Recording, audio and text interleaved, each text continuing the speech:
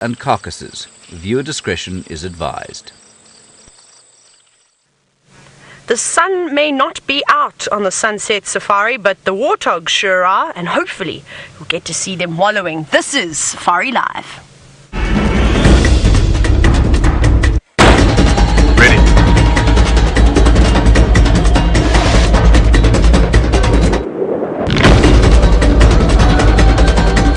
Standing by.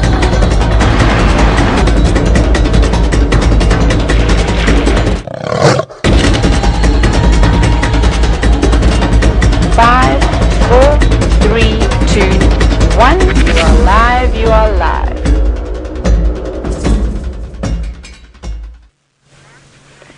Hello everybody and welcome to another fantastic sunset safari. How great is it that we're able to start our afternoon off with an entire family of warthogs. My name is Tayla and on camera with me today is Sebastian.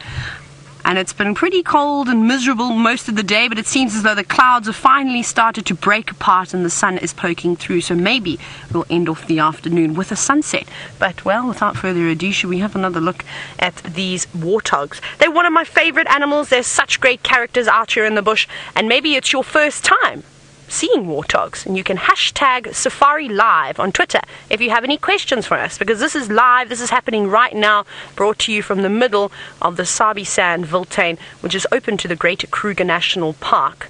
And it isn't just me out here today. Byron and Craig are on the other car. Unfortunately, Mara won't be joining us today. They're practicing, they've got all their rehearsals. Remember, we have TV shows every weekend. It's very exciting, so don't forget to tune into those as well. And it seems as though we've got one warthog at the back that just can't get enough of the tasty brown grass. Can't imagine that would be very delicious, but when that's all that's out there, I suppose you've got to take what you can get. But what I'm really excited for, and it's the reason why we haven't moved just yet, is that we're sitting at Twin Dams, and the warthogs, you can see they're picking up the pace now. They look very excited. I'm hoping that they're going to go down and have a wallow. Look at them go! Go pigs! Okay, now we can move.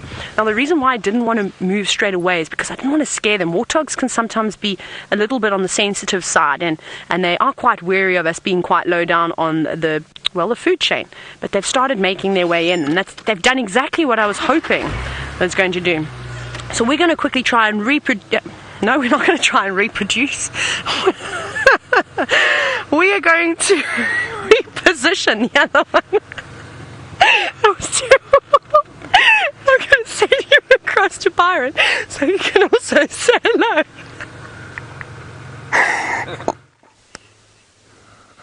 Good afternoon everyone, my name is Byron and on camera with me this afternoon is Batman. Now I have decided to come and see if we can't find that female leopard with a youngster that had the kill for the last day up in this beautiful big jackalberry behind me, and I don't see any remains of the kill up in the tree, so I know they were just about finishing up this morning, so chances are they probably finished it and moved off. But let's have a look. I'm going to have a look around here. I've just arrived, so there's a chance that these leopards are possibly still around here. I'm going to check very, very carefully. I really hope they are. I really hope they are. I was hoping to spend the afternoon with some leopards. It's a nice cool afternoon. A little bit overcast, a little bit cloudy. And that might work in our favor, because if the leopards are around, with it being so cool, the chances are they could potentially be lying out in the open. But I do not see any sign of a leopard at the moment. Well, that's not good. We'll double check this area very, very carefully and make sure we don't miss anything.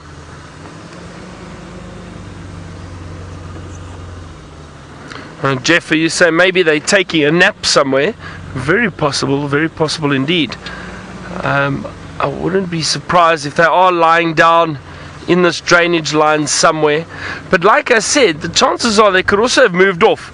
Often what happens with these leopards, or predators in general, when they are feeding or when they finish the carcass, once they finish the carcass, they do get very thirsty, so they'll go and look for water. So there's a good possibility that these leopards decided to move off and go look for some water. So we might try and have a look around for the nearest water. Now the nearest water from here would actually be Buffelshoek Dam. But I'm sure if those leopards did, we would have been notified or seen it on the dam cam. Sure, and this grass at the moment, with it being slightly longer, it's quite easy for these leopards to disappear and camouflage themselves in this type of terrain. Alright, well, I'm going to have a look around here and see if we can't find these leopards. But speaking of water, Tayla is now at a waterhole. We are indeed at a waterhole, and I think it's going to be one of those drives where I'm severely tongue-tied. Now, the warthogs actually didn't go and wallow at all at that little pan. I was quite surprised because we know the elephants really enjoy clean water, and they typically will go to pumped pans or even just splash around in some dirty water, try and find the clean stuff, or even better, go and dig straight from the mulwati. Now, the pigs have gone all the way around, across the dam wall, and they're just popping out now to my right, and I'm hoping that they're going to come down and have a drink, because we've been lucky over the past few weeks catching warthogs come down for a drink, have a little wallow. But it's not often that you get to see something like that. Now that big sow that's just in front, you can see she obviously slid into the mud. Her legs are covered in mud, or at one point they were at least covered in mud. And she's quite sort of cautious. Now she walks, she stops, she listens, she tries to pick up a scent. But remember, warthogs' eyesight is not the greatest sense, so they need to be very careful, and especially around a watering hole at this time of the year. Everything's starting to dry up. The animals are going to be spending more and more time around these watering holes. And of course, you know what that means. The predators eventually start to pick up on that. And well, we've got lots and lots of young cats at the moment, particularly leopards. And so for them, hanging around a spot like this could mean an easy meal. And she's picked up the pace now. She obviously doesn't feel too comfortable, but the rest of the family don't seem to mind at all. They're just casually sort of walking, following her lead. There they go. And I think they're trying to find the easiest spot to come down and drink. Now, hello Declan. You're wondering if warthogs are in fact related to pigs. They are indeed. So bush pigs, warthogs, wild boars, they're all in the same family. So yes, they are indeed. Obviously, they're just all slightly different in terms of size. See, look at them now, they're running. Warthogs are quite big though. Not as large as a domestic pig. Much smaller than that. Just watching them and making sure. I'm also scanning the surroundings to see if there isn't maybe a leopard or something trying to stalk up towards them. We know that this is the favorite area of Shongile and Hosana, particularly Hosana. But it seems all sort of safe and sound just for the moment. I haven't heard any birds or squirrels alarming, and they seem to be a lot more relaxed now. Where's our crocodile when we need them? Would be nice to have Vlad or Boris and back in Twin Dams again. I think it would be great, especially with a sighting like this. We saw them showing interest in the royal family as Karula was teaching her youngsters valuable lessons about how dangerous crocodiles are. And I wonder if the sows, the two sows here, would show the same thing, or maybe they would be a little bit more sort of complacent at the water's edge, because a little piglet, I'm sure, would go down as a nice snack for a crocodile. Now, if you have been following and watching all the Facebook lives that are coming out of the Mara Triangle in Kenya with the rest of the Safari Live team, you'll notice that, of course, the crocodiles there, they're snatching up everything that they can get, from zebra to wildebeest to Thompson's gazelle, topi, all these different types of animals. And we don't get to see that type of thing. It doesn't really happen down here in South Africa. Look at those two little ones nudging each other now, having a little play. Oh, that's quite sweet, isn't it? It's important that, of course, they also push each other around. Now, there's lots and lots of new viewers joining us all the time, so I'd just like to take a moment to welcome Jacob. Hello. It's great to hear from you. And you have a question about these warthogs. You're wondering how big can they get? Well, typically in here we've got a family sort of structure. We've got the girls. Some of these these sub-adult warthogs might be males as well, but the sows, so the females, will typically not get more than about, I'd say, around 60 kilos or so. That's even quite a big female, but the males can weigh well up to 80 kilograms. And I've seen some rather large warthogs too that I reckon could probably weigh closer towards 100. So don't let them fool you just because they are a pig. They are exceptionally dangerous. They're armed with tusks. The males typically get much bigger tusks. And another predatory defense is, of course, those white tufts of hair that you can see on the side of their faces. Now, from a distance, if they were to stop and turn back at us, maybe they'll be kind enough at some point. We'll see if we can go around. Looking at them from a distance, they actually look like they are armed with tusks, even though those little ones haven't even, just starting to develop them. Let's go around and see if we can get them again, and I'll show you exactly what I mean. But they are razor sharp, especially those bottom tusks, like steak knives. I think if we go along this road over here, we should get another view. I don't think they're going to stay out in the open for too long. It's quite vulnerable, especially at the water's edge like this. They might move towards these grassy areas and try and find a nice spot to do a bit more grazing before the sun goes down. And that's something that the sun does do quickly at this time of the year. Within a blink of an eye, it's dark.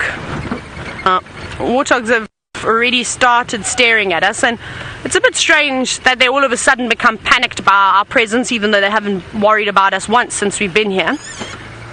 So I'll try and see if we can get a view. Luckily for us, the grass is not particularly tall here, so we might be able to see still straight into the bushes. Here you go. They're actually walking on an animal pathway, which you can see clearly at the moment, all that white sand. And Ellie was talking about it the other day, how most animal pathways lead to water. Sure, we are filled with new viewers today. A lock, who is another one. Welcome. I look forward to hearing more questions from you, wondering, do they live in a burrow? They do indeed. They typically will utilize termite mounds. So there's another animal out here called an aardvark, or an ant bear. No, earth pig, not an ant bear. Earth pig is the one that I wanted to tell you about. That's a direct translation from Afrikaans to English. And they look almost pig-like. Got a big snout, but they've got very powerful digging claws.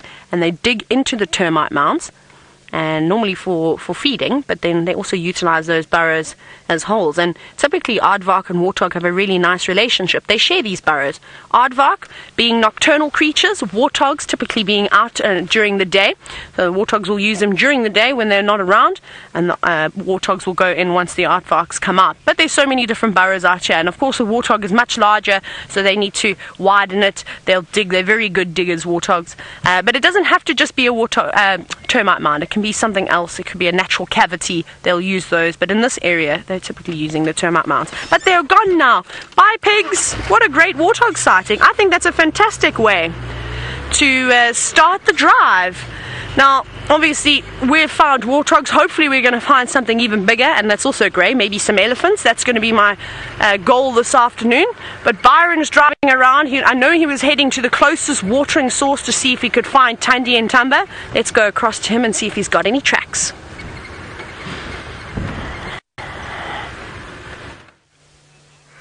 Oh no, we haven't had any luck yet. No tracks. I just wanted to jump off here quickly. But it's sometimes a bit difficult to see down into these drainage lines if you're driving around. So I do want to just have a little look here. Now it's not ideal to be walking around if there is a potential female leopard here with the youngsters, but Tumba is quite old already, but Tundi, this female Tundi, is known to be a little bit aggressive sometimes towards vehicles, but I don't think they are here. I drove around at the bottom. I just wanted to have a look down into this little thicket, but from up above here we're probably a bit safer. Again, you just always be cautious, but I don't see any tracks. One of the other vehicles came and had a look around here too. Yeah, it looks like they've definitely moved off. So we'll try and see. I'm just trying to think where they would have gone though. I have absolutely no idea which direction they would have chosen. I tried to have a look to see if I could see some tracks. We'll double check around and see if we can't find any. Luckily we did have 2 very nice days of viewing. Well, I'll say 2 days. Yesterday and this morning. Just make sure I don't hit this big tree behind us.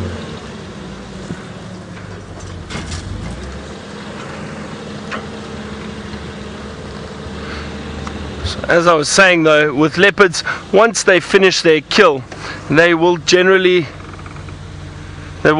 try and move on and go and look for water and probably find another little place to rest.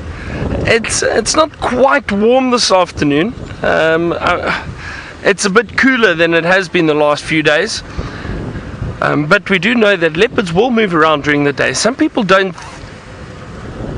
Yeah, so it's only 23 degrees Celsius, so about 73 degrees Fahrenheit. So it's much cooler than the afternoons we have had. And the thing is, leopards do move around during the day, which a lot of people don't know.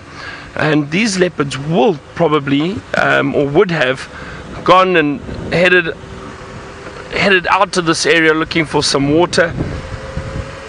But I'm not sure which direction, unless they decided to go down into the drainage line behind us or off to our right. But we'll have a good look and see. You never know, they might pop up. Otherwise, we'll come back into this area a little bit later. And if they are still around, maybe there's a chance that we get to see them.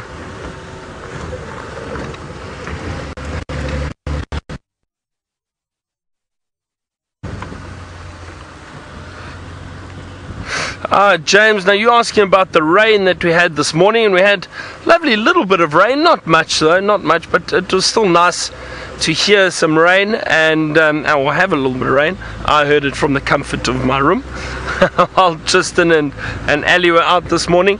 But James, no, after that little drizzle that we had, no more rain.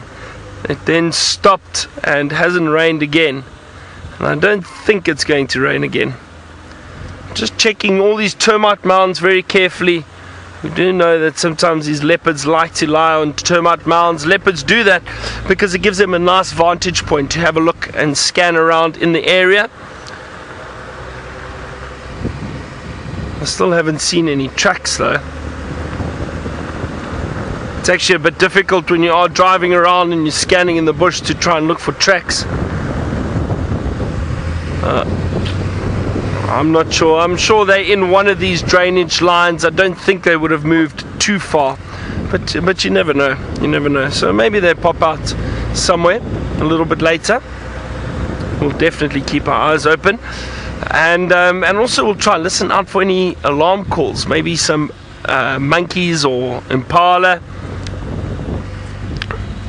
So anything like that could potentially pop up and alarm call and help us find these leopards. Anyway, we'll see. I'm going to check around this area very carefully. Maybe we get a sign of where they went. Tayla's still out looking for, I think, elephant now. Hopefully she finds some.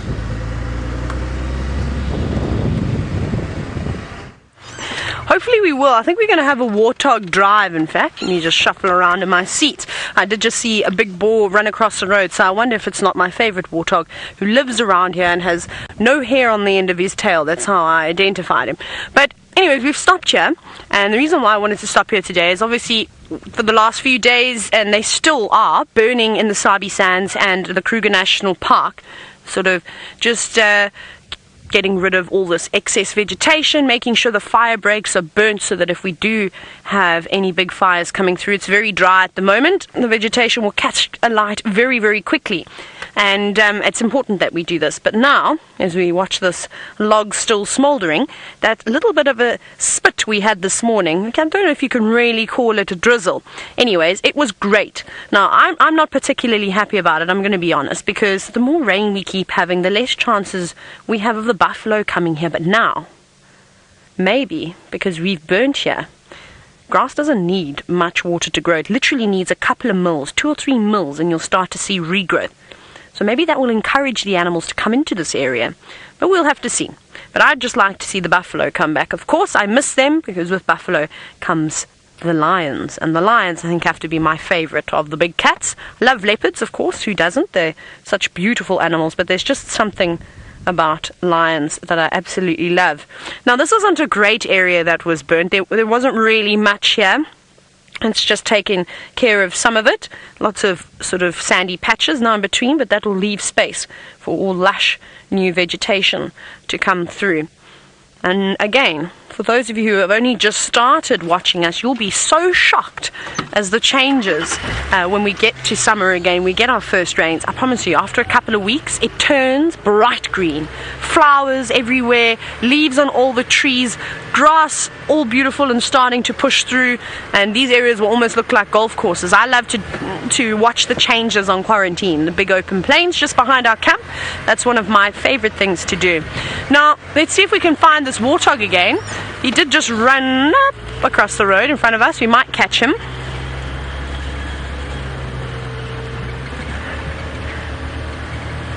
Now, a lot, you're wondering, what do the animals eat? I think that was the question. What do we eat, as in us as guides? Everything. We're very lucky. It may look quite barren out here, but trust me, there's civilization at the lodges, and we get food delivered to us on a regular basis. I saw a family of warthogs run across the road, but I'm still just watching here just to make sure that boar isn't around, because he's quite funny. We'll see if we can get them. So, a lot, yes. We eat everything that you would eat at home. We have steaks, we have salad. There they are. They don't seem to be as relaxed as the ones we saw earlier. There's a couple of them. We eat vegetables. They actually grow in the local communities, and we try and get as much of our fresh produce as we can from the local community, so they deliver to us once a week. We actually have a truck that comes filled with food. Everyone is always very excited on a Wednesday, mainly because they bring cheese and chocolate and coffee. Those are the staple, or the three main food groups in camp that everybody eats and drinks, which is quite great. Of course, warthogs don't eat any of those things. They're quite happy with just feeding on grass. Now, looking at that warthog, that's not my friend. You can quite clearly see he's a young boar. He's not particularly old at all. Whether he'd even be mating with females, I'm not so sure. There's definitely some bigger, stronger, more experienced boars out here that would chase him out. But he doesn't have to worry about that at the moment. They're not breeding right now. And he doesn't seem to mind us either. Bottom up in the air, that can only mean one thing: munching on grass. Right, let's search.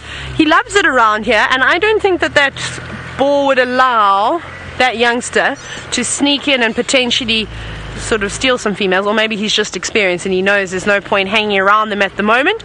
Doesn't need to worry about breeding just yet. We actually saw them quite frisky a few weeks ago, or actually 2 months ago now. Just trying to find a gap. They're just over there, but it's just a couple of trees in our way. There they are again. So they're clever.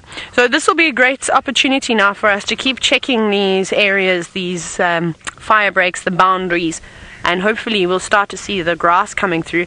And I think we're definitely going to find animals. We'll find zebras, or the kudu will even come through to eat the new shoots of grass. Waterbuck will most certainly be there. The warthogs seem to be a little bit too keen and too early. You're going to have to wait a bit. You might be able to hear a bit of commotion too. There are rollers fighting with squirrels. Did you hear that, Seb? Now, it was really interesting. I don't know if you heard that quack, quack, quack, quack, but in those marulas, there are about 3 or 4 lilac breasted rollers, and one actually tried to chase a squirrel from the tree. It was really funny.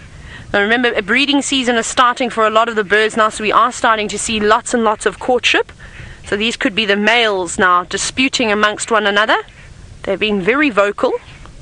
Yes, look at them there. They're flying past each other. Almost looks like they're trying to size each other up from the sky. And they do the most amazing display. And it looks like they're climbing. They're getting height. Oh, there we go. One's going to do it. Woo! Look at that go. No, you were on it. That was so cool. Did you see that, how it came down? The other one's going to do it now too.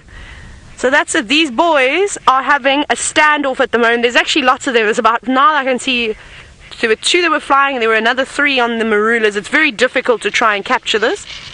They're going in. So after they're going up, behaving like rollers do, that's where they get their name from, the way that they sort of roll down to the ground. It's very pretty. Now they're going to size each other up. This is really amazing. This is one thing that I look forward to every single year, is watching the various courtship processes go on with the different birds, and then also watching the males challenge each other for the best females. Of course, that one looks like it may have been hit. You see there's got a feather that's come loose, and that's also quite common.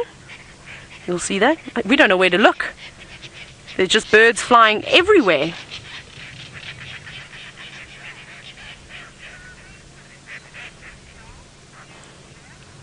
Now, Queen Dark, who's also a new viewer, you said that this is so amazing. Oh, that's great. I'm glad you're enjoying it. Now, the one little roller there looks like it's got a fly or something in between its beak. Look at this. Maybe he's trying to court. Maybe it's a female that's just sitting to his right, and he's bragging to the rest of the fellas now. He's done a dance. He's caught some food, and Lilac Breasted Rollers typically, one of the main courtship things is obviously once they've battled it out between a couple of other males, they will present the female with a gift, try and entice her. Not just one, but many gifts. And I think this is what's going to happen now. So if we're patient enough, we might be very lucky and actually witness something like that. See, he's not interested in eating it just yet. Sort of just waving it around, saying, look what I've got for you. Oh! What happened there? You can see them all there. That's very interesting. It's all happening on this marula tree this afternoon. Love is in the air. Especially this afternoon. Yeah, yes, as Seb says, especially this afternoon. They get quite aggressive, and just when you think they're going to stop, then they sort of launch off of the branches and head for the sky. Whoop! Bit of conflict. Isn't this great? See, it's not always about the leopards and the lions. Are you hearing what I'm hearing? Yes, is it baboons barking? Oh. I think so.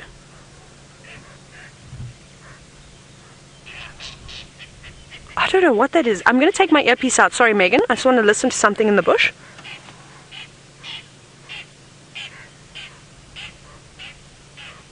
I think we need to go there, Seb. Yeah. Right. As wonderful and as much as I love birds, there's a distress call. There's something's happening in Chitwa, or just on the edge here of Torchwood. I don't quite know what it is. I can't really hear. I can't hear if it's actually baboons. I haven't got a clue what's making that noise, but it's intrigued me. Something is saying, Tayla, go and have a look what's going on over there. So a little bit of a way away. So I'm going to send you across to Byron while I go and do a bit of investigating.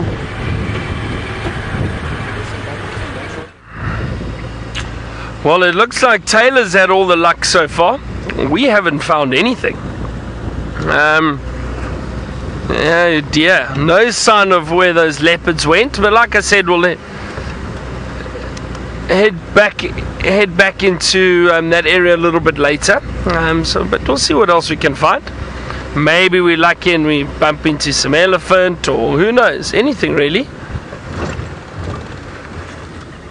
Just trying to listen to the radio. I hear there's some guards out.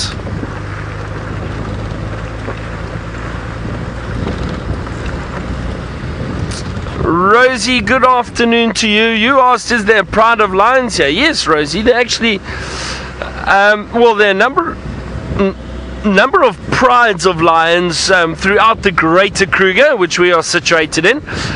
In this area, we actually have, we've got about 2 prides that are dominant in this area, that have territory in this area. One pride known as the Nkahuma pride, and the other pride known as the Styx pride.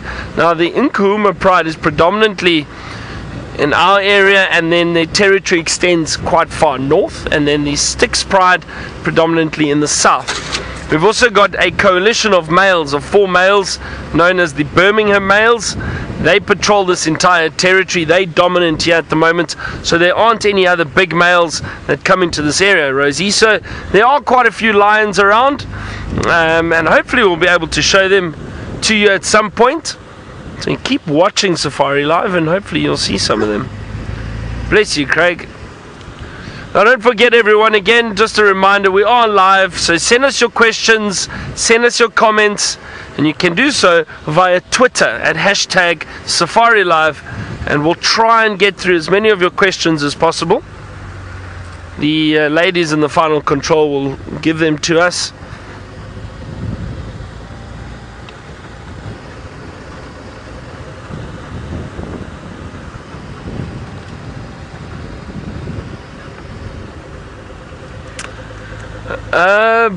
Bobby, you asked what do we do when we're not out on drive. Well, Bobby, the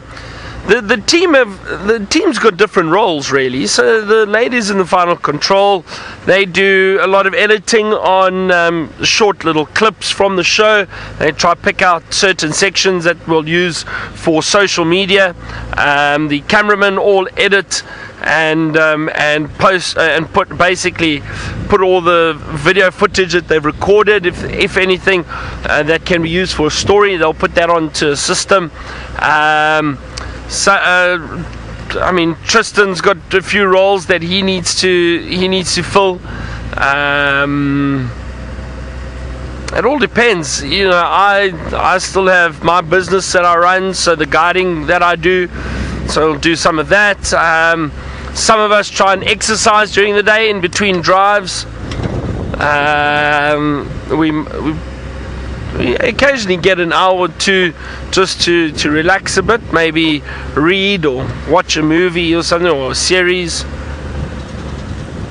There's some Game of Thrones fans here, so probably watch the new Game of Thrones. Actually, Megan in the final control looks identical to Arya Stark. Those of you who are Game of Thrones fans, she definitely, it's scary, it's uncanny, the resemblance, and she's now feeling very embarrassed, and I can actually picture Megan going bright red as I'm speaking about it. But she does, she looks just like Arya Stark. Alright, Craig, we need to find some animals. This is not good. This is not a good start at all.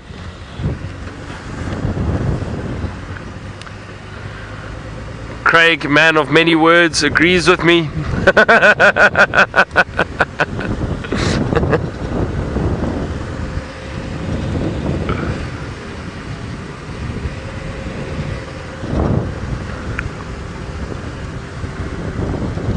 But it is a lovely afternoon, because it is a bit cooler, so it's a nice afternoon out. I suppose even if we don't really see anything, it's nice to drive around, and this is what a safari is all about. I always say this, but we've been fortunate the last week or so, and especially with the Mara, there's so much going on. There's so much going on at the crossings, and with all the predators around. But we've been lucky. We've had wild dog, and we've had leopards. Anyway, well, we'll see what we can find. Sounds like Tayla's on a roll this afternoon. She found those big grey animals she was looking for. We have indeed. We've got a massive herd of elephants who seem to be moving quite quickly. Hello guys, hello, relax. Now I wonder if those strange noises we weren't hearing when we were with the rollers were from the elephants. There are lots of bulls here. Lots of troublemakers. Hello girl, it's okay. And I wonder if they haven't been annoying the females. I'm just gonna... Which way do you want to go? I'm gonna roll forward. Sorry, Seb. Just want to give this one cow that was rumbling a panic. Oh, you're right. Did you almost fall out the car? That would have been terrible. Oh, sorry, yes, the camera almost fell off of the tripod. That would have been a disaster. But luckily, crisis averted. Well done, Seb. Ninja reflexes. Something has definitely upset these Ellies. You can see they're not happy. And the matriarch of this herd, she's quite a big cow. She seems to be quite stressed as well. It's this one just walking behind us. You can see we'll show her, she's going to disappear, but she's secreting liquid from her temporal gland. She was rumbling quite loudly. She's telling the herd to keep moving. So once the guests are out of the lodge at Chitwa, we're going to go and investigate around there, because I suspect either it was the elephant bulls that have upset this breeding herd like this, or there's something else going on down at the dam that we just don't know about. Now, even though elephants are the real kings of the jungle, or the king of the savanna and bush, it's not the lions, because size really does matter out here. Something like lions, leopards, wild dogs, even hyenas to an extent, could upset a breeding herd. There are lots of young calves in and amongst this herd too, and they're definitely vulnerable to predation, though you have to be quite brave to want to challenge these big cows, and even the young bulls will get involved as well if there's any trouble. Now, unfortunately, they have gone onto Torchwood, so we're just going to have to view them from a distance. But maybe there's a second wind coming from a Chitwa dam. But luckily for us, one cow has stopped, and you might be able to see a bit of dust. She's having a sand bath at the moment. She's found herself a nice spot. They must have had a drink of water. Didn't look like they were splashing around in it, though. I didn't actually see any water on their bodies at all. They definitely ran across. Now, that wasn't even the first group. There was another group of elephants too, just before that, but unfortunately it was too close to the Mulwanini, and there's gremlins in there, so we can't unfortunately get signal down that point, and off they go. But I'd still like to go and investigate around these areas and see what's actually happened. But no, there they go. Right, maybe we'll go back. Thank you, elephants, that was nice. Ooh, Megan, I'm so sorry, I cannot...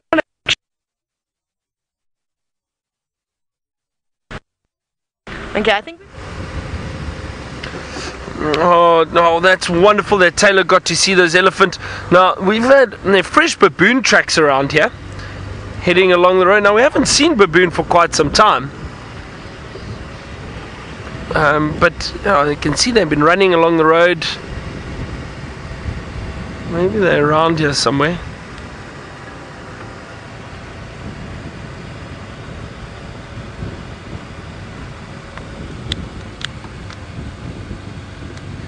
Don't see anything just yet. Oh, hang on. There we go. Craig, baboons, quickly! They're running away from us, everyone, but there they are. Straight ahead down the road. There they go. Thank you, Craig.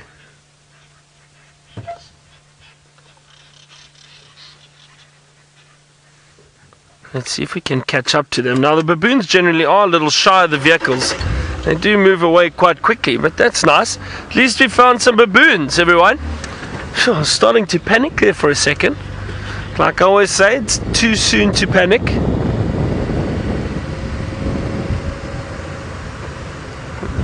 Let's see. So these baboons, during the day, they'll move around foraging for food, and then later this afternoon, they'll head down. Oh, there's a whole troop here, everyone.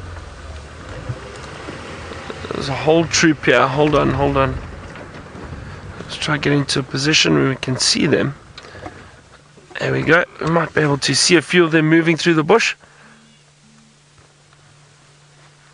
Now now it looks like quite a large troop. So as I was saying, they forage during the day, moving around like this. And then what they do is later this afternoon, they'll start heading down towards the drainage lines where there's some big trees, probably jackalberries in this area, most likely big jackalberries, and that gives them a nice bit of cover and a big tree for them to then sleep in for the night, and then early tomorrow morning they'll start moving around again and foraging for food. You can see quite a few of them moving through this area. Let's see if we can catch up to a few of them. Now,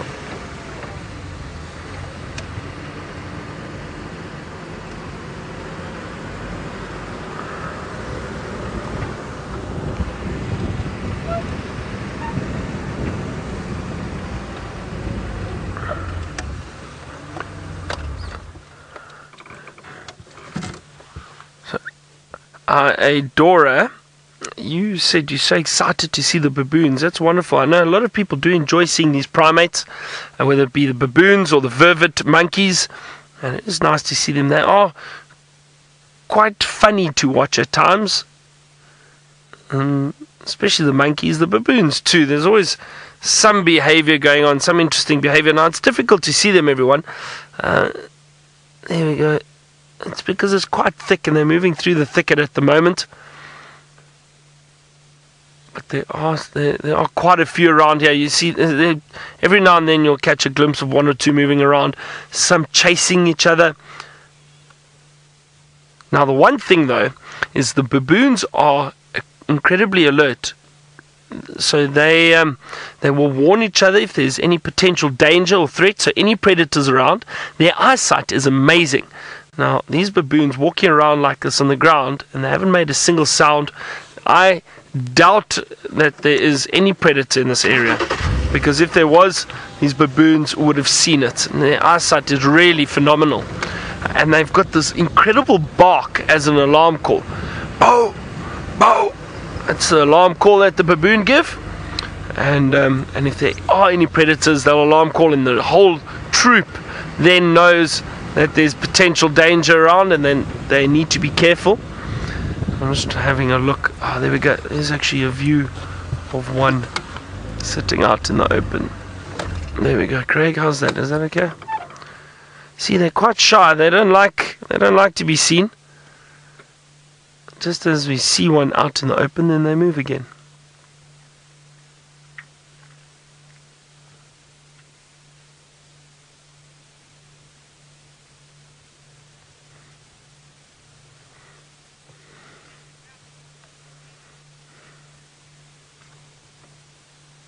Well, that was a nice surprise, just to catch a glimpse of some baboons, and we'll leave them and let them forage. At least we know the chances of a predator being around here are highly unlikely at the moment, because these baboons are very relaxed, moving around on the ground. Now let's head back to Tayla. I wonder what her plan is now after leaving those elephant.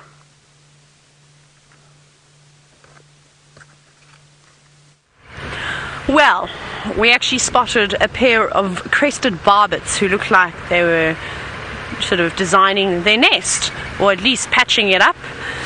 So we'll go back to them in a moment. They disappeared. Hopefully they will come back. Now, I do want to just say a warm welcome to Rocking Edu Tech Conference, who's joining us just for a short little while. It's great to have you. We look forward to hearing from some of you. Now, I don't want to go down to Chitwa Dam just yet. I don't think we're actually going to be able to. There's still some guests in camp. I did hear a bit of talking. Let me reverse just slightly. And then we're going to check this road here. Now, I actually saw Byron. Where Byron was, he was on Cheetah Cutline, and we had those same baboons just sort of moving around a little bit right near where those Lilac Breasted Rollers were sort of shouting about, which was quite nice. So I'm still trying to figure out what actually happened and what those noises were that we were hearing. It could have also been in Torchwood, and then unfortunately we can't drive in that area. It'll be very difficult then to find out what went in there, what disturbed whichever animal was making that distress call. But I know there's some guides going towards those elephants. Maybe we'll be in luck. Now I've got a tough time on my hands, because not only am I trying to listen out to what's going on, I'm also trying to check for tracks, and I also want to spot with my eye. But luckily Sebastian's very keen, and he loves to spot the animals. He normally spots them before I do, for any of the presenters do anyway, which is very, very helpful. It is a teamwork, you're quite right about that. Now, this is a great road, just because there's lots of massive animal pathways that come through here, obviously coming from the dam and going this way onto Gari Main again. So it's normally quite a busy road. Impala love it around here, lots of Waterbuck. I don't know why I'm speaking Afrikaans. I'm going to say Waterbuck. Kudu. Sometimes zebra, sometimes wildebeest, and then of course this is the area where the elephants have come from too. So we know that they like this area quite a bit. I'm just trying to do a quick scan from this side, see if there's anything here. No more elephants, so they've all gone. And I haven't seen anything yet that would have caused a massive disturbance, unless they're hiding well. But you know what I have seen that's massive? Is that waterbuck. Just sitting, relaxing, resting in and amongst the marulas. Now you might be able to see a big antenna, big tower. That's of course the repeater system at Chitwadan. There's Chitwa Lodge, those thatched rooms. We'll have a look at them a little bit later, of course, when we position ourselves at the dam, if we're able to go down. Remember, we can only go down in front of the dam if there are no guests in camp. Guests come first. So we've got to give them their privacy. But this is a beautiful waterbuck, and he's been hanging around in this area for quite some time now. Must be a little bit worrying for him. He doesn't have his ladies. He does have one other friend, though, who's just sitting to the right, and he actually looks even bigger than the fellow we started looking at. Look at the size of his horns. Definitely the more mature bull of the two, so at least he's got another male around to help him keep a lookout for predators, but they look very relaxed. Now, it's a common mistake for guides to sort of say, and we've all been caught out. I'll tell you right now, we've all got stories where we've said, oh, these animals look very relaxed, there's no predators about. But remember, predators are designed for stealth and to hide away and to sneak up on their prey. So most of the time, they don't have any idea if those predators will be around. So they just relax now, but that's not to say that there's anything. Now, Ken from the Rocking EduTech conference, you were wondering if there were any lions around. They possibly could be. Who knows? There's a massive area that these animals can move around on. It's 8.5 million acres of land, basically. And they'll move at night, they'll move during the day. Remember, it was quite cool today, so the big cats like to maneuver around and take opportunities of these overcast days. So it might well be. We'll keep an eye out, though. I haven't seen any lion tracks just yet. I did hear one of the guides say something about lions coming from the east onto Torchwood, so we might better keep an eye out around here. Torchwood it's quite a big property, but these animals can move very, very quickly. Though these waterbuck are not doing a good example of showing how animals move, but it's also important out here to conserve your energy, because if you spent your entire day running around, you'd be exhausted, and you wouldn't want to be exhausted when a lion or a leopard came charging out of the bushes. You want to have as much energy sort of pent up as you possibly could to give you the best chance to get away. So that's very important. They're also ruminating too. They're also just digesting their food. But that's Chitwa Dam, and I look forward to going down there with all the crocodiles, the hippos. Maybe we're going to get some elephants swimming, especially they're starting to warm up now. But it's just a little bit too early to head down there just yet. See all the knob thorns in flower, all some bush willows, leaves are just starting to turn yellow. It looks very peaceful down there at the moment. Haven't even heard a fish eagle call or seen too many ripples in the water just yet from the hippos, but I presume when we head down that way we'll find out where that pod is. There's quite a couple of different family groups. Now, Mriedel, you're wondering what is the function of the waterbuck's horns. It's very important out here to be able to protect yourself. Now, we as humans, we're quite hopeless in that sense. We don't have claws. We don't really have very sharp teeth. We don't have much to protect ourselves against lions and leopards. However, a waterbuck has got these beautiful big horns. And it might not seem like much, but a lion can easily get killed by a waterbuck if it gets in the wrong spot. And also, the main factor is waterbuck will compete for females. Just like with most species, the males are constantly competing for the females, and they will battle it out, and they will lock horns and push and shove each other around. And to be honest, waterbuck are up there with one of the most aggressive antelope, bushbuck and gemsbok following. And when they do have an argument about the ladies, this can actually end up in a fatality. They're very, very aggressive. I've actually seen waterbuck fights in in water. That's where I wanted to finish that off before that sneeze rudely interrupted me. Right, well, before I sneeze again, it seems as though Byron's also managed to find some other animals. He's got one of the rarer ones, and ones we typically see at night.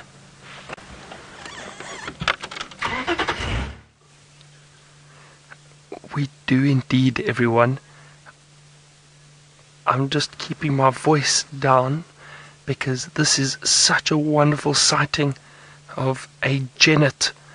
Now, found this genet the other day in this tree, and it seems like this is the home of the genet, and I'm so happy that we got to see it. They're usually very, very shy, and look at that beautiful hole that it's got itself into, and to spend the day there and then come out at night. They are generally nocturnal. Just another welcome to the Rocking EduTech Conference. Lovely to have you with us. Don't forget to send us your questions. Now these genets, they look cat-like, but they're not actually related to cats at all. They're in another family called Viveridae. And it's wonderful to see this little one. I can't believe that it might actually be getting used to us slightly, because the first time we saw it, it heard us arrive and ran up into the center of this tree and hid away from us. But now it's sticking its face out every now and then, which is wonderful. And they are so cute. They really, really are wonderful little creatures. And as I said, it's lovely to see one now during the day, because they generally are nocturnal, so they only come out at night. But very, very, very cute. I'm so glad that's just made my afternoon. I was getting worried there for a second. We weren't finding too much. There we got the baboons. And let me show you a picture quickly of this little genet.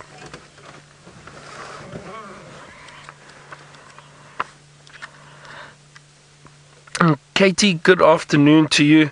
You asked if I've ever felt in danger. No, Katie, not at all. We've been a lot of us, well, especially the guides, been working in the bush for quite a long time, and no, there's no reason to feel in danger at all. We are very, very careful, obviously, while we are out in the bush, and we're very respectful of the animals, but there's no reason to feel in danger, and I haven't. No, I just wanted to show you a picture of this genet. That's what the little genet looks like. Isn't that beautiful? We could see that face clearly earlier, with him looking at us through the hole. Very, very beautiful. Now we have small spotted genet and large spotted genet. Now I'm not too sure. It's difficult to see this one, but I think it's a large spotted genet. Bree, you asked, what is a genet's favorite food? Well, let's see what they say here. But the food, it's mainly insects. It's invertebrates, insects. And then they've also got sometimes rodents and reptiles. Bree too, they might eat that. Birds, I know genets will occasionally try and raid nests, maybe little birds. But they also eat fruits. Some fruit that they can find, probably like the marulas or jackalberries, anything like that. So they'll be feeding on a few of those quite a large variety of food in their diet. Let's see if it's still sitting there. Is it still there? It is still there. Hasn't moved yet. Just in there. It's a bit dark in that hole now.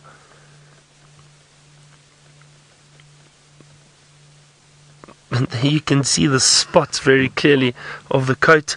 Let's see if it sticks its head out again. Come on, have a look at us, please. Will it? No. But you can see it moving clearly in there. Have a look. There we go. There we go. There's the eye. Oh. Did you see how quickly it shot up into the tree? Chastity, you asked, is there only one genet in there, or is there family? I'm not sure, Chastity. I'm not sure. There could possibly be one or two more in there. I don't know. However, I think this genet is alone. I think this is one by itself. I don't think there are any others in here. But it looks like it's just moved off up into the tree, just a little bit high up. So it obviously is feeling a bit shy now. We've spent enough time with it. That was really great. I'm so happy we got to see its face and decided to have a good look at us.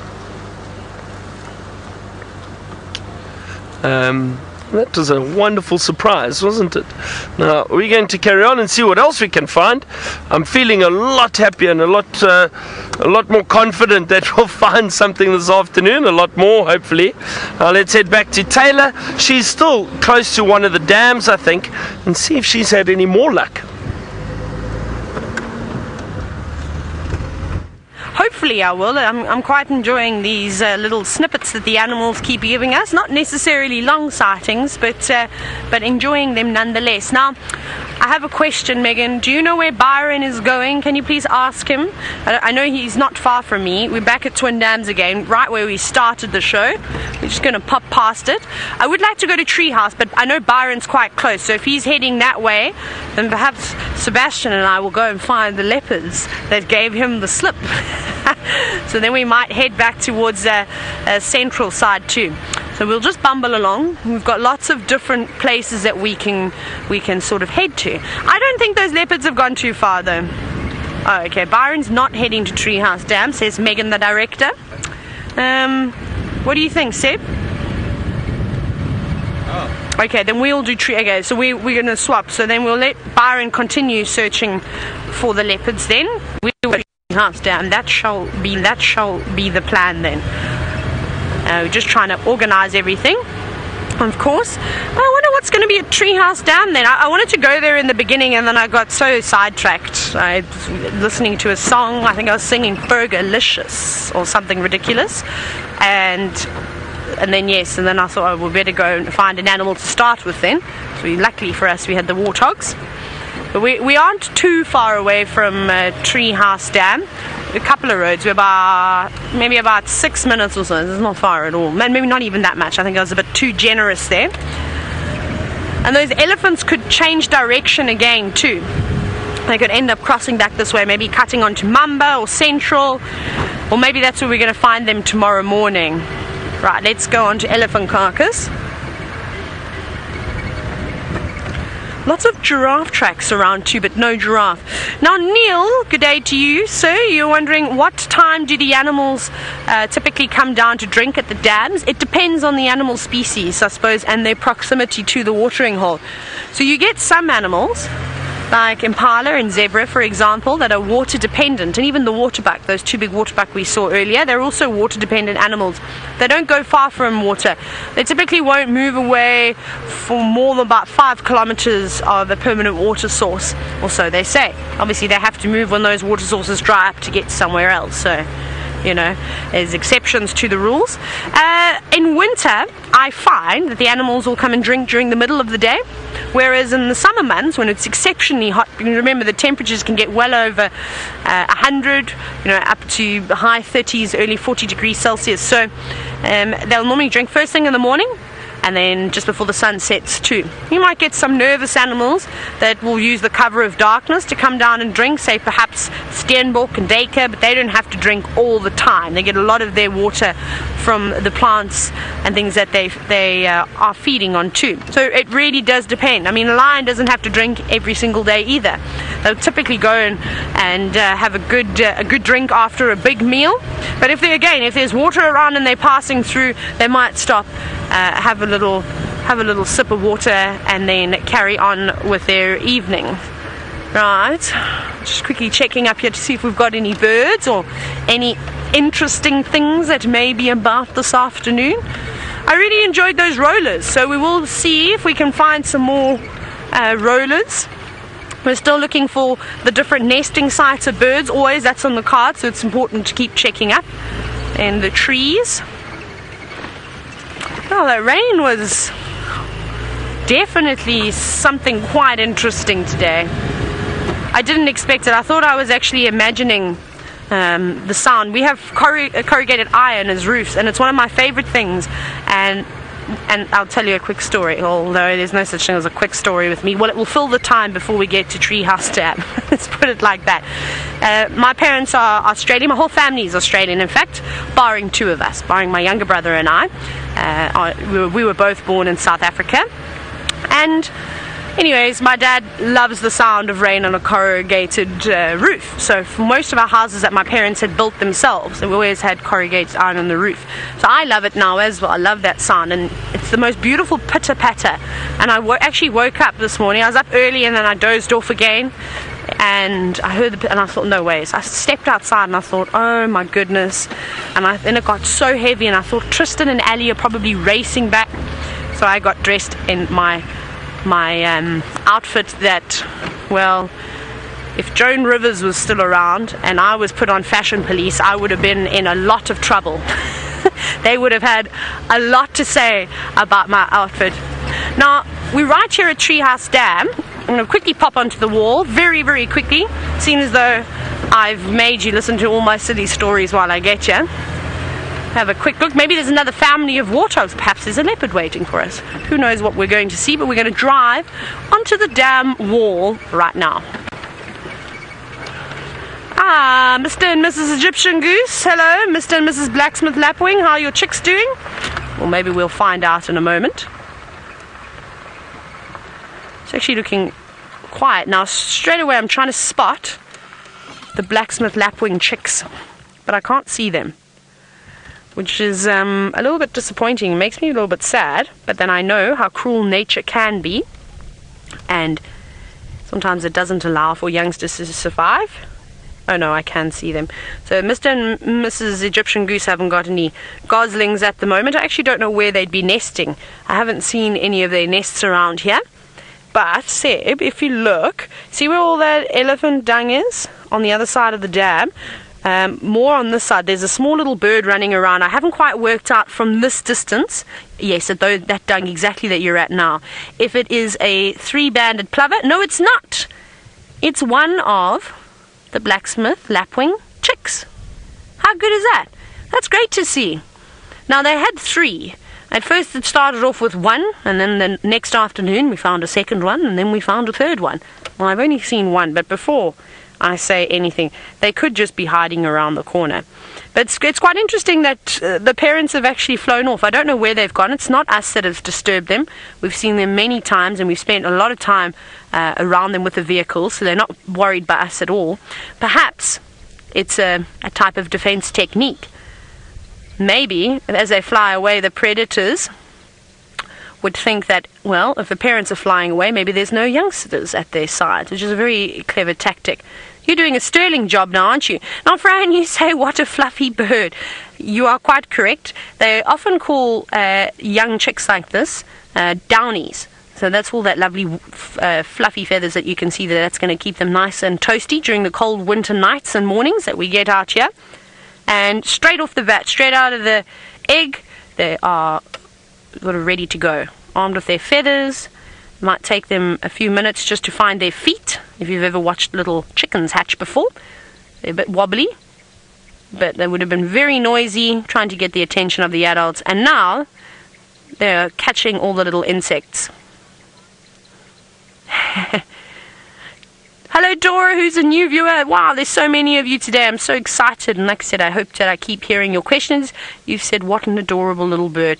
They are so precious, but to me, being maybe a week and a half old, look at it. Have you ever? Keen eyesight, just like its adults, running around, searching for little insects that are either stuck on top of the water surface, or some of them live on the water surface, and that's what it's going after. It definitely hasn't sort of... Now, my words are escaping me today. It still needs to work on its technique, though. When you watch the adults, as they pick insects off the surface of the water, they're definitely a lot more gentle, delicate about it. This one is still dunking its entire head. It'll learn, though. I think it's doing a pretty good job. At a week and a half old, I can tell you I was not running around like this. I was doing far less. But I suppose when you're living out in the harsh world that in the wild can be, you need to be up and on your feet as quick as possible. You need to double in size. You need to eat as much as you can if you want to have the best chance of survival. But it seems as though there's an abundance of birds going down. I'll show you the other ones in a minute. We won't be able to see them, but there's also a family of crested francolin making their way down to drink.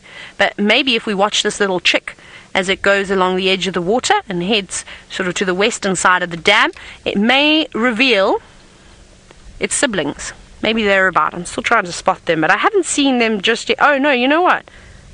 They were behind it. They're on the right now. They're between those two piles of elephant dung. So if you keep going along there, we should start to spot them. If you keep going. No, a little bit further around. They're there. I just saw them. I just saw two of them now. That's so weird. Oh, is it a look? Can you see what I'm seeing? You know the first pile of dung we looked at? Yeah. Okay. Oh, just above it. Yeah. There we go. There's another one. So I've definitely seen two of them right now. I don't know where the third one is. This one's not too keen. It's a bit wobbly on its legs by the looks of it. But the ground is very unlevel there, and it doesn't look like it's grown into its legs and its feet just yet. Silly, go back to the water. You will find lots and lots of insects there. There are plenty. That's so funny. It looks like it's going to fall over its own feet. This bird should be called Tayla, because if you were following me around today, you would have seen how many times I tripped over things. I stubbed my toe on my camera box. I then let the bar on Wendy, on one of the bull bars, catch my leg, and I almost fell over. So I think we can call this one Tayla. Clumsy. Very, very clumsy. Accident prone, rather, should I say. Searching. So it's trying a different tactic. And again, this is what the adults do too. They don't necessarily always feed on the edge of the water. Sometimes they will move away. And if, there's an eagle or anything flying over, it's probably not a bad idea to be away from the water's edge because there's not much cover there. But as soon as you move away, you'll find shrubs, trees, all these types of things that will give you a bit of cover that you can duck underneath. And there's lots of raptors out here that will snatch this. Now, Lisa, you've made a comment and you said you cannot believe that their mom and dad aren't there watching them. And it is a tactic, actually, for a lot of parents out here in the bush. My parents, I think, tried that with me. No, I'm just teasing, they didn't. But the animals out here, of course, don't necessarily want to be associated with their young ones. Typically, predators will go towards the adults because normally, with the adults, will be the youngsters. But by doing this, they can also survey the area, constantly keep monitoring their territories.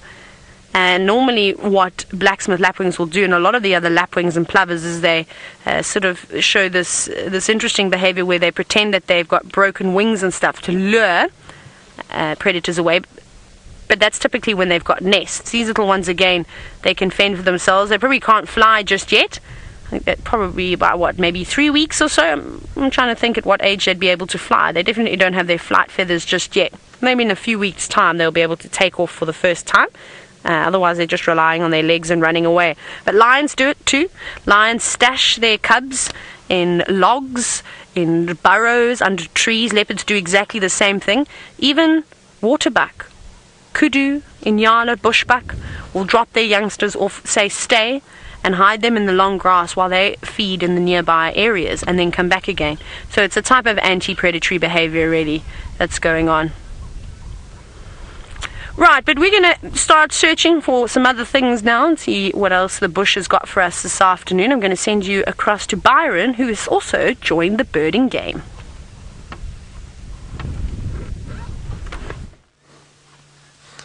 I have indeed. I thought we might as well try and do some birding this afternoon. It's always wonderful to do birding. And we've got a beautiful Lilac Breasted Roller and just nice light, although it's hiding behind some branches there.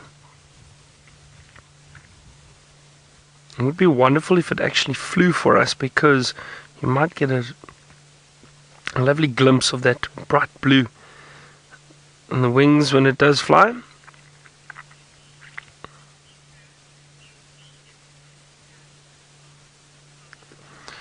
Oh, Roshni, you've asked me a question that I don't know the answer to. You've asked how many birds have I seen in the Sabi Sands so far. Sure. Roshni, I don't know. I'm trying to think. I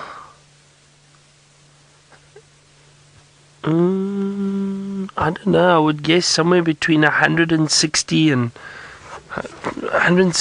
maybe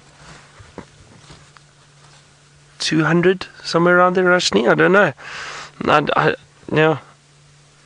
I actually don't even know what my bird list is on at the moment. It's terrible. I need to update it and have a look, and I'll try to do it in the next few days, and then I can let everybody know. But can't remember. Not sure. Now, I enjoy birding very much. I do enjoy birding very much, but I wouldn't say I'm a twitcher. Now, the twitchers are people that will go and they will go into a specific area just to look for a bird that is found there. I do enjoy the birding a lot, and if wherever I am, I'll do birding, but I won't necessarily fly across South Africa to go and see a bird that is spotted in Cape Town. One of my friends is like that. He loves his birding, and he'll travel all over just to go see a specific bird, a rare bird that's been found.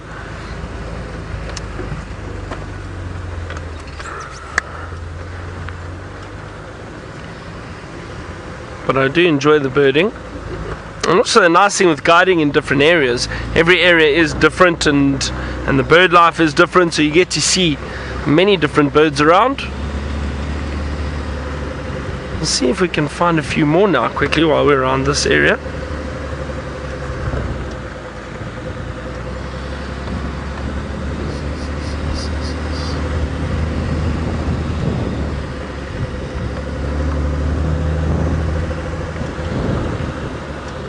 It's definitely been a bit quieter this afternoon, I think, well, for us at least.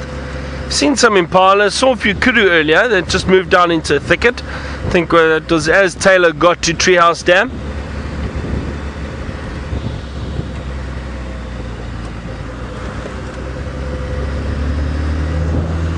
Alright, it sounds like Tayla's left Treehouse Dam. Maybe I'm going to try and continue to do some birding. Hopefully we find something. Let's go find out where Tayla's going now.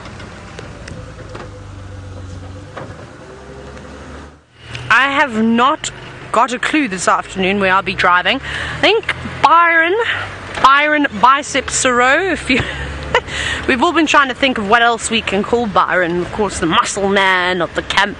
Hey Sebastian, any new nicknames that you can just quick? Mr. B from Sebastian, that's what he gets called, B-Dog. Oh, there's so many that we tease him about, of course, so the bantering camp is just on point. So I think maybe we'll go to the far west.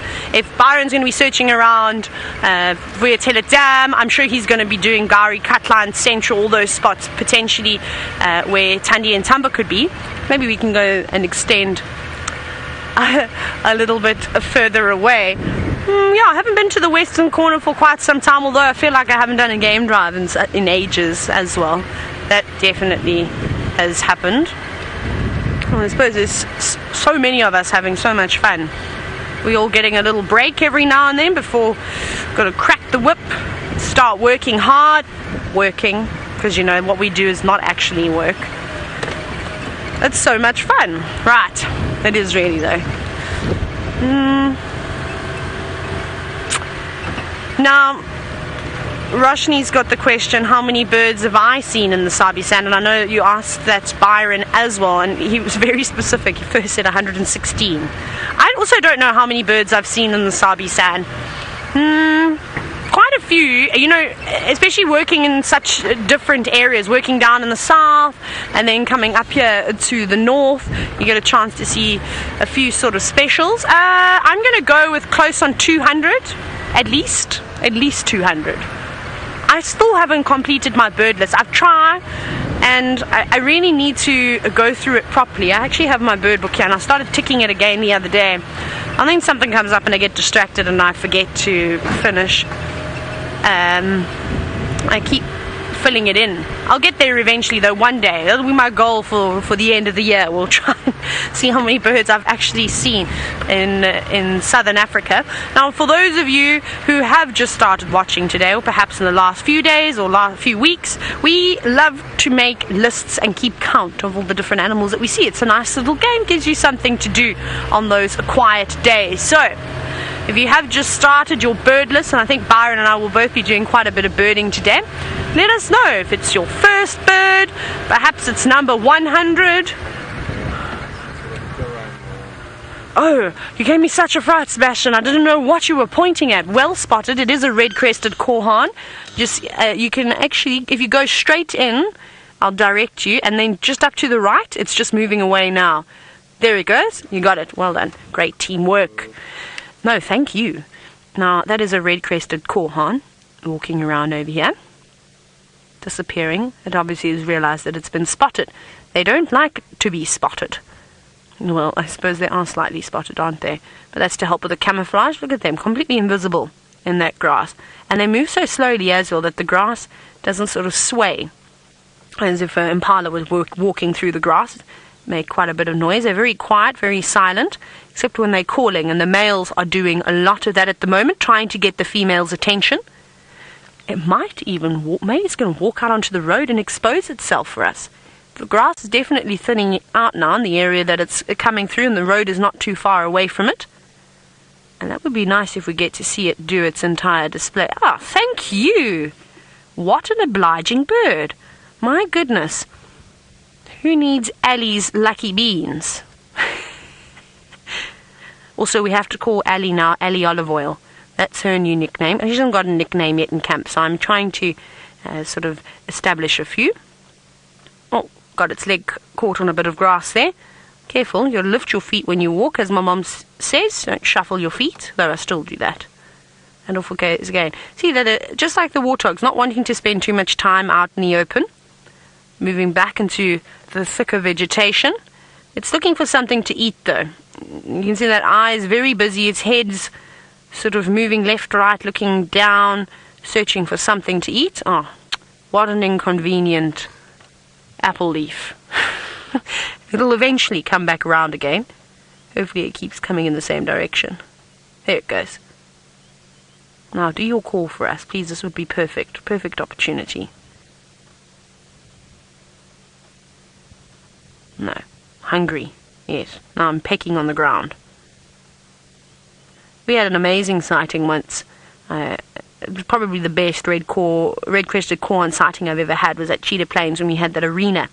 And the males were competing. We didn't see the female, but they were definitely competing for a lass that was in the area. We're going to start seeing them more and more often. I also can't wait to see the black-bellied bustards again. It'll be nice to see them. They've got such a beautiful eye. This is great. This might possibly be the longest single red-crested Korhaan sighting I've ever had. Wonderful. Now, Vicky, hello, it's great to hear from you again. You were wondering if these birds can fly. They can. They're actually very good flyers. Oh, stretching the wings, stretching the legs. Maybe it's going to demonstrate. Vicky, maybe it's heard your question this afternoon. They typically spend most of the time on the ground, as we're seeing now. They don't fly and catch their food in the air. They actively search for it. However, if they need to get away, of course they have got beautiful big wings, and they can take to the air, and they're actually really good at flying. You wouldn't think so, though, but they are. Wonderful. Well, that's quite nice. Well, we're going to go from our bird now. I'm going to send you across to Mr. Muscles, and he seems to have a bird that makes a whole lot more noise than this one.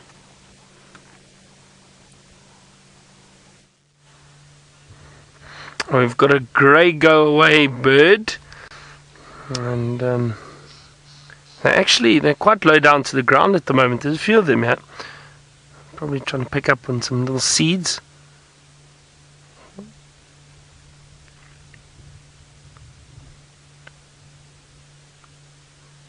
They've got that very funny call. It sounds like it's saying, go away.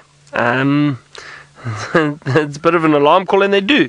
The old, I think it was hunters originally, when they would be walking through the bush, often these grey go-away birds would either warn them that there's a predator around, or warn the animals that there's a hunter around, and they'd do their alarm call there. Gwah! Gwah! It's a terrible alarm call, but it sounds like they're saying go away. I think with a lot of the bird calls, you need a bit of an imagination to hear what they're saying. But interesting to see them right down or close to the ground. Nice to see the grey go-away birds. They're part of the Turaco family. Now, a lot of the other Turacos have got beautiful colour. Chitty Chatty, Meg, you say those are number 3 on your list. You're only on number 3. Meg, we're going to have to get you some more birds then. Get your numbers up. But they are lovely birds. As I said, the other Turacos are very, very colourful. Now, we don't really get... I'm trying to think... up in this area... Purple-crested Turacos, we do get them in this area, and we see them mainly down closer to the rivers and the thicker areas. Am I making that up? Or no, I think I'm right. I used to see them at Londolozi quite a lot down near the rivers. Now I'll try to show you a quick picture of one. Let's see. But they've got, and I think the Turaco word comes from the name Turrison. And now that's the red coloration that they have in their so just have a look in their feathers. Now have a look at that. Is that alright, Craig? Is it clear? There we go. So that's the bird, a very colourful bird. But have a look at this. They are very beautiful, and we do see them in this area. But have a look at this red coloration. Look at that. When they fly and they open their wings, they are bright red underneath. And you can see that they're very shy birds though, but we do see them in these areas and you can hear them. I haven't seen some here for quite a while, but like I said, down near the rivers and the Sand River and that, you do get a lot of them down there. So not too far from where we are actually. But those are the Turacos. That's the purple-crested Turaco. Now, I'm still very, very curious where these leopards have gone. Now, I wouldn't be surprised if they are down in the drainage line, not far from the dam, and they're probably going to head out and have a drink later. That's what I think. I could be completely wrong, but now we are approaching the dam. I'm going to try and get a view of the dam and see if there's anything drinking. Now, we've got some Impala close by here.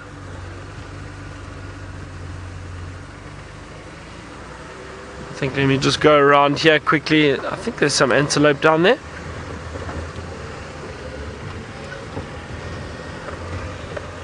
Oh, there's an Nyala drinking. Beautiful. Hold on, let me get us into position. There are some Impala here too. Oh, that's actually, oh, there are quite a few Nyala. Some Nyala bulls. There we go. Have a look at that. Can you see that? A lovely afternoon light on them. So they've all just come through and had a little drink. There's some Impala around here too. But always nice to see these Nyala bulls.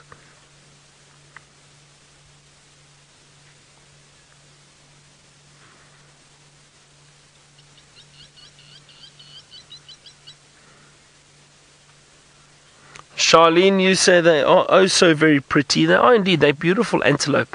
They really are. And what's fascinating is how different the males and females look. You know, these males are much darker in coloration. There comes another one now. It's just walking away from the water. They've got a wonderful walk. It looks, and you see there some oxpeckers bothering him. Oh, look at him go. I wonder why he's running. Now, occasionally people always think, well, the animals must be running because something's chasing them. That's not the case. Occasionally animals run just because they want to run. Now look at the sunlight on the body of that Nyala. Very beautiful. But those oxpeckers are all over him.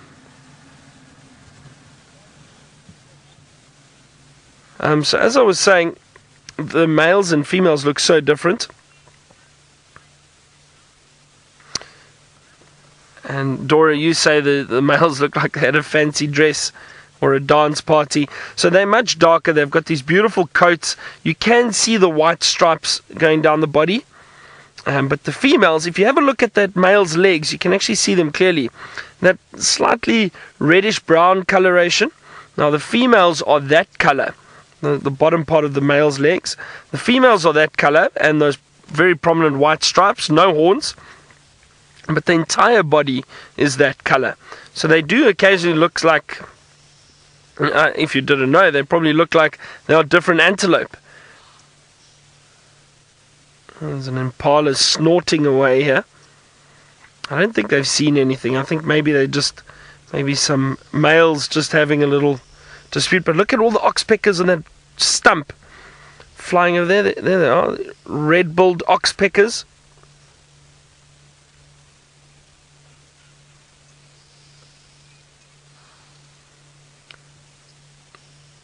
I'm just listening very carefully because that impala is now alarm called 3 or 4 times, but that's a lovely view of those oxpeckers there. I don't think it's a serious alarm call. There's a lot of impala down at the bottom, and there's a Nyala, and if there was a predator around, all those antelope would alarm call. Like I said, possibly just a few males having a little bit of a dispute, or maybe one of the male impalas is just trying to keep the females close to him.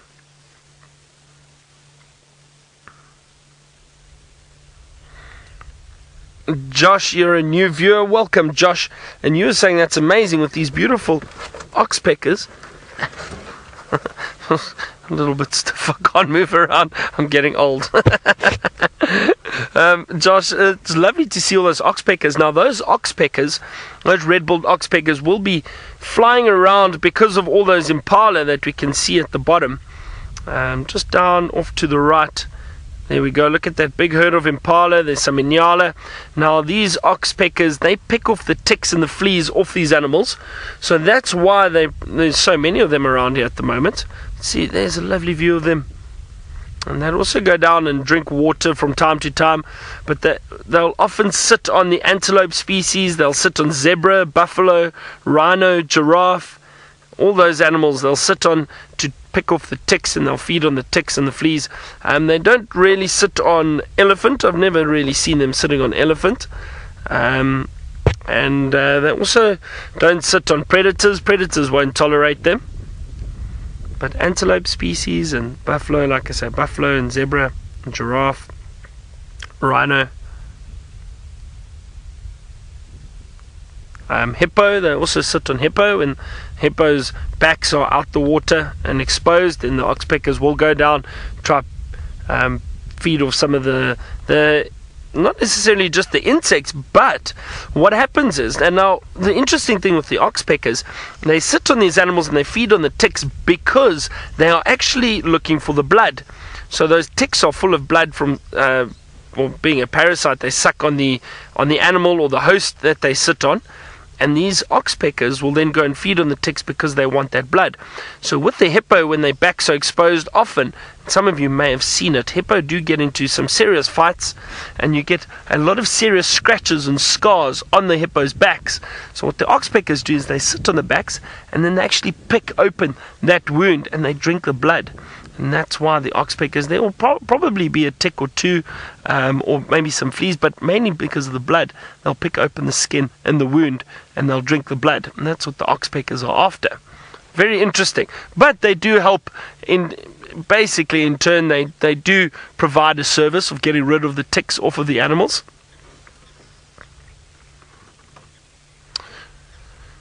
Lulu, you also a new viewer. Welcome, Lulu, to Safari Live. A lot of new viewers at the moment. Wonderful to have all of you. And don't forget to keep sending your questions and comments. You can also do that hashtag Safari Live if you are on Twitter. And now, Lulu, the birds don't die from the ticks, not that I know of. And it's purely just feeding on them. So it's just like any birds feeding on insects, so they won't die from them. Now, Lulu, also, you may be wondering about the different diseases that the ticks do give. Now, some of these animals are immune to most of the diseases out here, ticks and that, and they've got ways of getting rid of ticks. But the ticks that we have in this area, they don't really give you serious diseases. we do get tick bite fever. Now, I've had it once, fortunately only once. You don't necessarily get it again once you've had it. Now, it is similar to Lyme disease that you get in the States, but not nearly as dangerous. Now, Lyme disease is quite dangerous and you can die from it. Tick bite fever isn't as bad, but you do have to be careful and you do have to monitor it. But a quick, short course of antibiotics for a few days and you're fine again. And then generally you don't get it again. But it's not nice to have your body aches, you get headaches, you get a fever, and it's not fun. But these animals are mainly immune to those types of diseases, so they don't get it. But nice to see so many of them. And of course, those beautiful oxpeckers, all these Impala and Nyala. Now they're moving off now, and I think we're going to do the same. We're going to go see what else we can find. Let's head back to Tayla and find out how her afternoon is going and where she's off to. Again, I got distracted earlier. I was trying to tell you what my plan was, but to be honest, I don't have a plan this afternoon. We're just driving, and we're going to take whichever road feels as though it needs to be driven, whichever one speaks to me most, and it's now Impala Plains. So we've just come through the open area. No Impala, very upsetting, and tried to look for one horn Sean, Impala ram that lives around. He's only got one horn. He loves it around here. I thought it would be nice to pop past him and have a little visit, but not today.